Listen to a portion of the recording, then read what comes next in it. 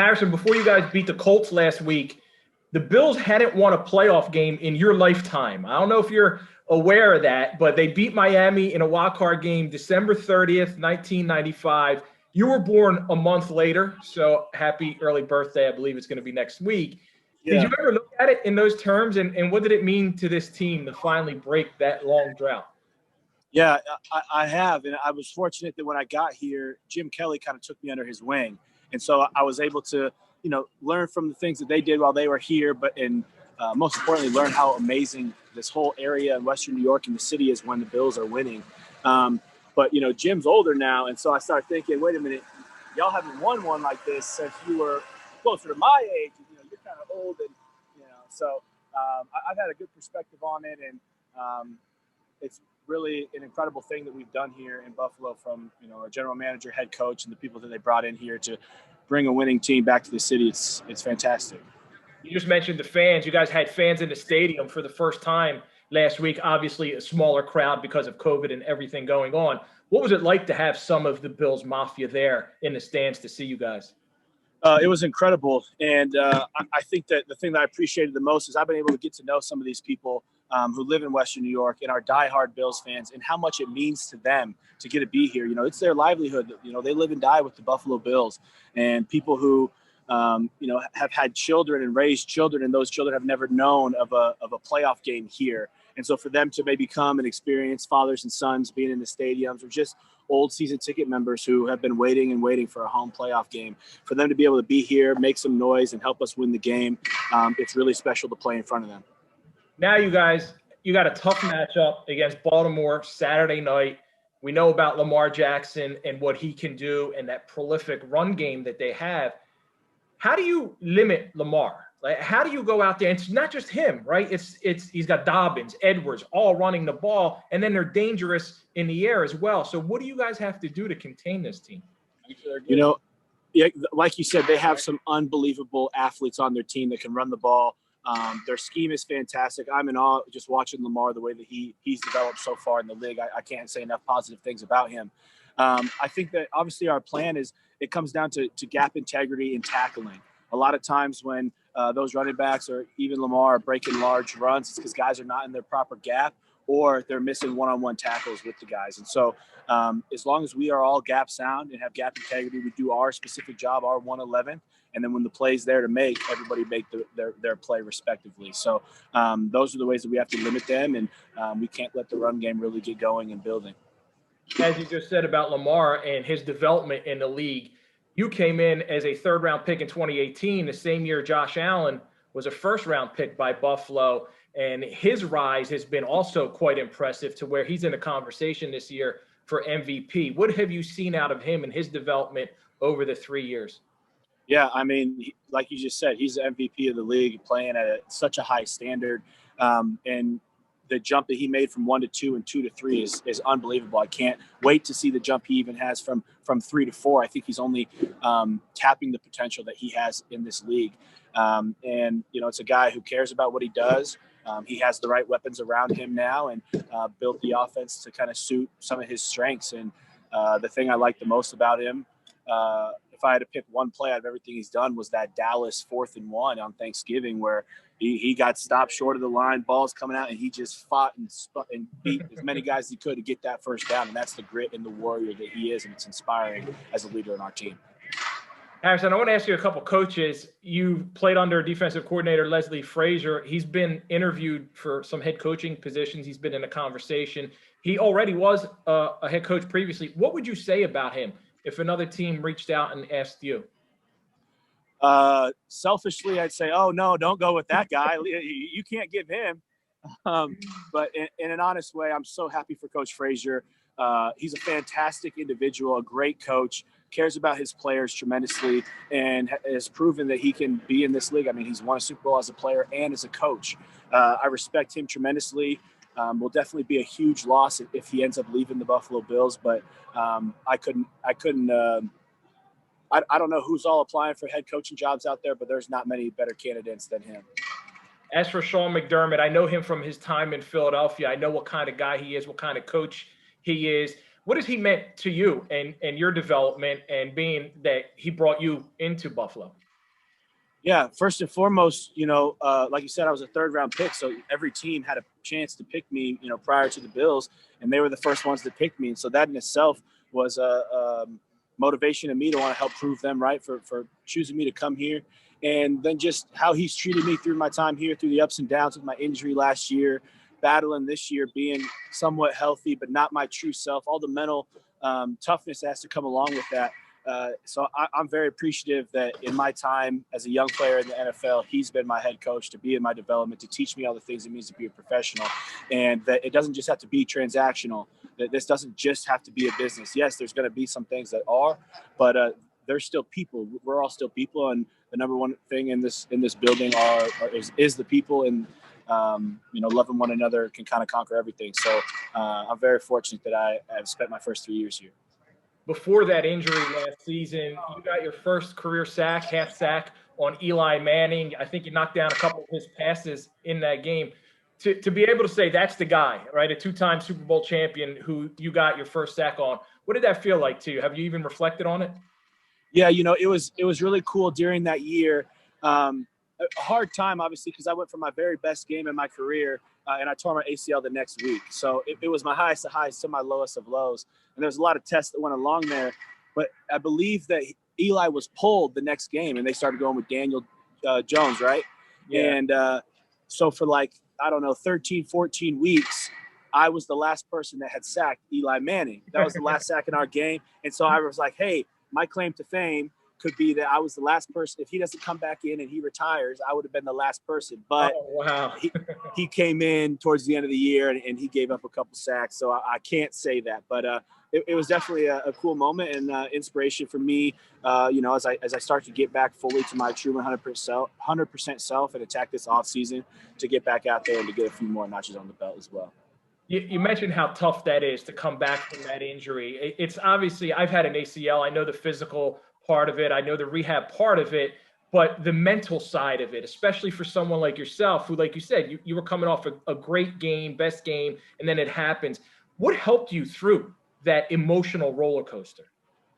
I can't lie to you. It was a very hard, dark time for me. I fell into kind of some seasonal depression and stuff like that, but ultimately leaning on my faith and realizing that there's some bigger things outside of here that's really going on. And if my worst, the worst thing that happens to me in my life is tearing the ACL and having to miss a few games in the NFL, I think that my life is pretty solid. And so just trying to find ways, last year pre-COVID, I started getting out in the community, doing more and more as I could with my organizations and nonprofits, and just trying to get perspective on things and find passion since that desire in me to give and to serve. Sometimes I find that through football, just doing my job, helping the team win.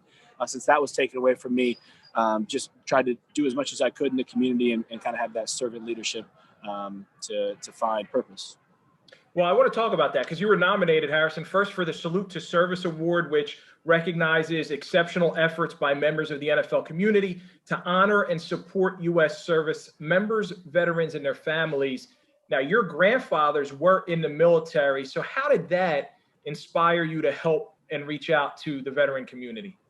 Yeah, definitely those values and morals that are taught in the service were instilled in my family and passed on to me as well. To see my grandparents, my grandfather's work ethic, and it definitely did help my development to get to where I am today. And then once I've been here, working with the VA, working with some of the World War II vets that came and visited us last year, what a better way to, help your nation than to serve in the Army. So that's inspiring to me, or serving the service. So I always salute to them. Anytime I see someone in uniform, I definitely go up and thank them for their service and shake their hands because, that is, they fought so that we could play this game. You were also nominated for Walter Payton Man of the Year Award, which a lot of players, Harrison, tell me, out of everything that they do, whether it's Pro Bowls, All Pro, individual awards, this is more significant to them because it's doing a lot of work for others, as you mentioned, in the community, helping, service. You did a lot of work around the pandemic. You have the Playmakers organization, which supports children with intellectual disabilities. Tell me a little bit more about what you do and what you're passionate about and how that's inspired you to work. Yeah, I mean, I like to say that my heart isn't biased. You know, I got a lot of love to give. I've done work. Obviously, my kind of bread and butter is my organization, the Playmakers. And like you said, we work with kids with developmental differences and special needs. And we've grown that to working with almost 1,000 kids throughout the United States, whether it's here, back home, or where I went to school. I work a lot with pediatric cancer, visit Oshai Children's Hospital here in Buffalo quite frequently when the pandemic's not going on. And so that's why I wanted to give back to the frontliners, donated 850 meals or something to the doctors and nurses up here. Work with the VA. Most recently, just started working with some animal rescues and dog shelters, providing them with monetary donations as well as food, treats, toys for the animals, blankets during the wintertime. And I just feel like there's so much bigger purpose than just playing football. And eventually, hopefully in a long, long time, but I don't, obviously out of my control, I'll be done with football at some point, and you're going to need to find, who you are. And all of us in the league, there's so many times identity issues where people think they are a football player. Then when that's gone, there's that huge transition that you have to deal with. And so just try to serve in my community and find value there so that if and when football does end for me at some point, I can still have value somewhere else. Harrison, 2 Timothy 4:7 says, I have fought the good fight. I have finished the race. I've kept my faith. Yep. Why is this Bible verse significant to you? Well, for a few reasons. I had lost a wrestling teammate of mine when I was in high school to a car accident.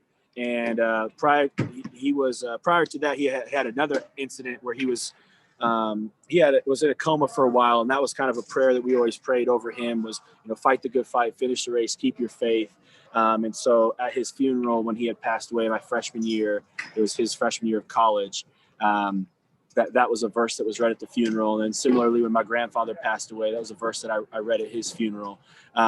And really, anytime, any of the trials and tribulations that we go through in life, that's just something that's really important to keep with you. Paul had mentioned that in the future tense earlier I believe in Acts or Romans. He was said, I will go out. I'm going to go create these churches. I'm going to fight the good fight. I'm going to see it all the way through, and I'll keep my faith. And then again in Timothy, in his last letter that he writes in the Bible, he finishes it with, I have fought the good fight. I've finished the race. I've kept my faith. And so it's just so cool to see and all the things that he went through, obviously, in his lifetime, that he kept God at the front of it. And that's something that I'm trying to do through the ups and downs, the ebbs and flows of the NFL. Is your faith something that developed for you over time, or was it instilled in you as a young kid? How did that grow, and how did you grow spiritually? Yeah, my mother is a very devout Christian, so we were always at our church every Sunday. I was confirmed fairly early. I think that was about the time, like 6th grade is when I really started taking off with it. I was very interested in the history and theology of the Bible. And I think in my Lutheran church growing up, it was a 3-year process to get confirmed. If you just, you take your one class every Wednesday and whatever. But I got so on fire with it. I took all the classes in 1 year and got confirmed that first year, just got so interested in it. And then I was a solid member of FCA through high school. And when I got to Stanford, there was not a group like that. So I was part of the, 5 or 6 different athletes that founded the Fellowship of Christian Athletes at Stanford, which is still going on there today. And we grew that from just pretty much a football kind of Bible study to, 70 athletes meeting once a week at Stanford. So that was a very interesting time too. When you hear Sean McDermott after the playoff win at the podium say, all glory to God, how's that make you feel, knowing that this is your coach and he's got similar feelings? It's fantastic. The guy who's steering our ship and the leader of this organization, the fact that we aligned in that way, I think that's why I mentioned I'm so appreciative of having my time with him here as a young player to see, really what the gold standard of a head coach is in the NFL. And that's him. Last one for you. You talked about wrestling in high school. I believe you a huge jump from freshman year to senior year, maybe over like 100 pounds or however it was. What's your go-to meal? Like when you want to, what is it? What do you love to eat? And, how did you do it then? Go gain that over a course of 3 years. It's not easy. Well, you know how I said that my heart isn't biased. I guess my stomach's not biased either, because I got a lot of favorite good meals. I think a giant ass porterhouse and some mashed potatoes, corn on the cob, kind of your just Nebraska Midwestern meal is definitely up there. But here, there's so many great Italian spots in Buffalo, Ilio de Paolo's, Mangia's, Lucia's on the lake. I mean, there's just Mulberry's. There's a lot of great places up here. So I got a lot of chicken parm. I think they were going to add a menu item at Ilio's. I get the porterhouse steak with a full order of chicken parmesan on top of it. Wow. So that helps keep some weight on. My one trick in high school and college is I would set an alarm every night at 3:30 in the morning. And right before I went to bed at night, I would make 2 peanut butter and jellies and have a glass of milk in my little fridge, whole milk.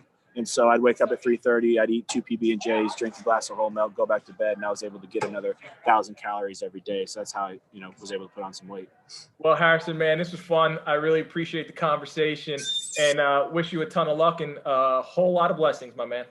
Thank you, Rob. I appreciate it.